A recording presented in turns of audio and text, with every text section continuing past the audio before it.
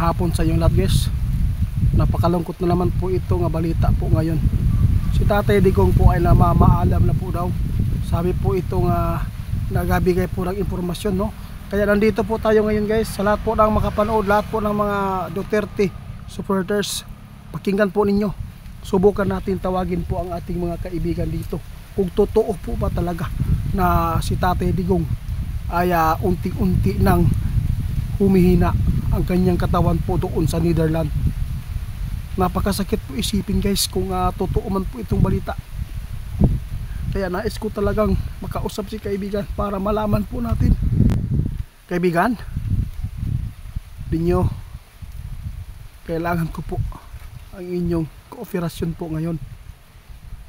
Gusto ko pong makakausap kayo at gusto kong malaman kung ano po talaga ang katotohanan po sa balitang ito.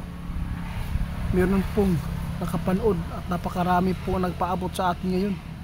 Kasi si Tatay Digong po daw ay nagpapaalam na at humihina po daw ang kanyang katawan. Malapit na po daw bumigay. Sana naman po ay hindi ito totoo kaibigan. Sana po dumating ka ngayon. Kaibigan,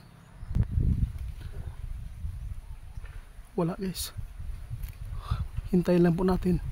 Sa lahat po ng mga supporters, no? Sa lahat po ng mga Pilipino, tulungan natin panalangin na sana si Tatay Digong makakauwi po ng ligtas pa, buhay pa dito. Napakasakit po ito guys na malaman po ng lahat na si Tatay Digong ay unti-unti nang humihina. Sa bagay, meron naman po siyang edad, no?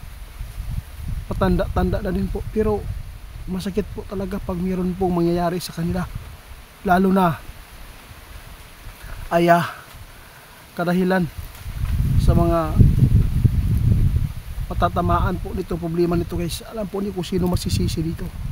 Marami masisisi dito. Kaya nais ko talagang makausap si kaibigan para malaman po ninyo ang katotohanan ngayon.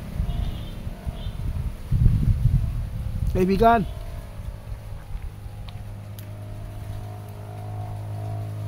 grabe po ang mga pagpapaabot po sa atin ngayon guys. Maraming naghihintay po ngayon na makausap natin si kaibigan para po malaman po nila ang katotohanan. Kasi hindi po daw sila maniniwala kung mga tao lang po ang gumagawa po ng mga balita para lang makapag-views. Kaibigan, wala talaga guys. Bakit kaya si Tatay Digong po daw guys, nasasaktan po kasi po isa din po siya, nakatulong din po sa atin. Sana na po hindi po ito totoo. Panalangin natin na sana makabalik si tatay na buhay pa.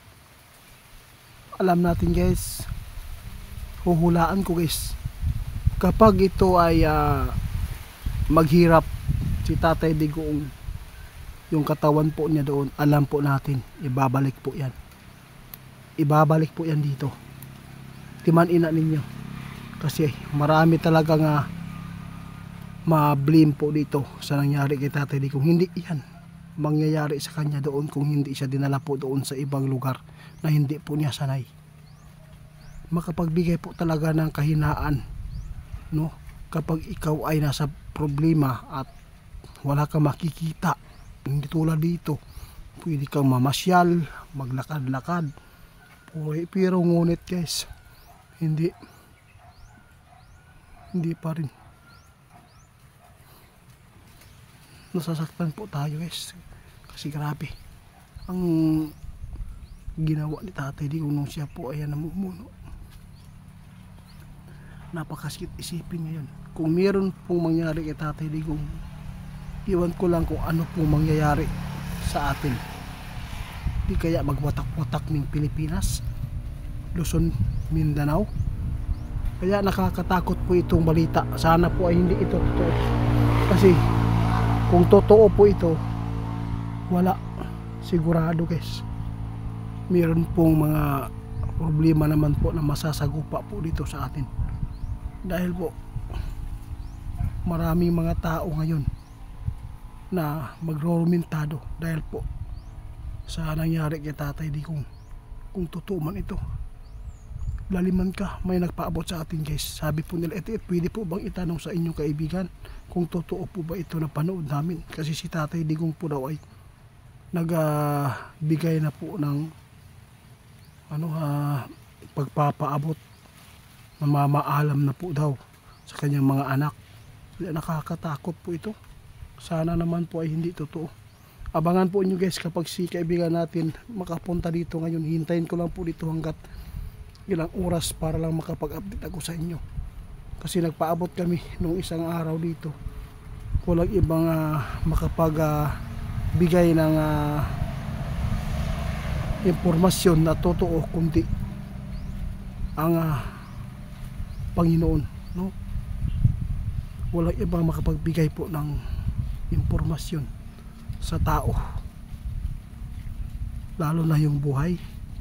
Kasi marami nagtanong sa atin kung mamamatay po ba daw si Tatay Digong, kaya sinabi po namin na hindi po natin hawak ang buhay dahil po mayroon pong may-ari yan kundi ang Panginoon.